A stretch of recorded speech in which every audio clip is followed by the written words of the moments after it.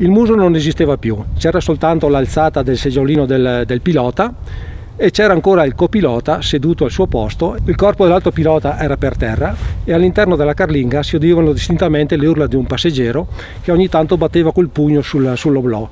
11 marzo 1967, ore 16.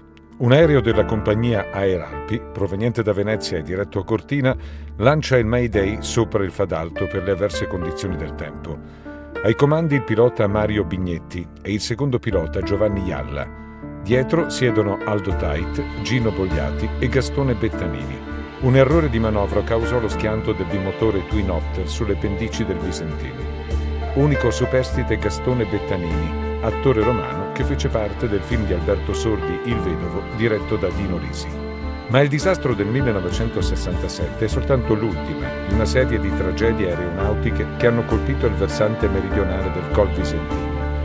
2 di queste accaddero durante la Seconda Guerra Mondiale. Il primo è quello del 28 febbraio 1945, quando un bombardiere, un quadrimotore americano, un B-24, di ritorno da un'operazione di bombardamento sul Brennero, pesantemente colpito dalla contraerea, esplose direttamente sulla verticale del Col Visentino. Un cacciabombardiere australiano si sfracellò al suolo proprio poco distante da qui.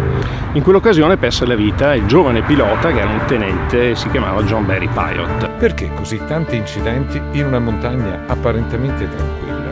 È il primo scoglio, aeronautico che troviamo provenendo da Venezia o da sud comunque. Abbiamo la presenza di 3 laghi importanti, il maggiore dei quali è il lago di Santa Croce.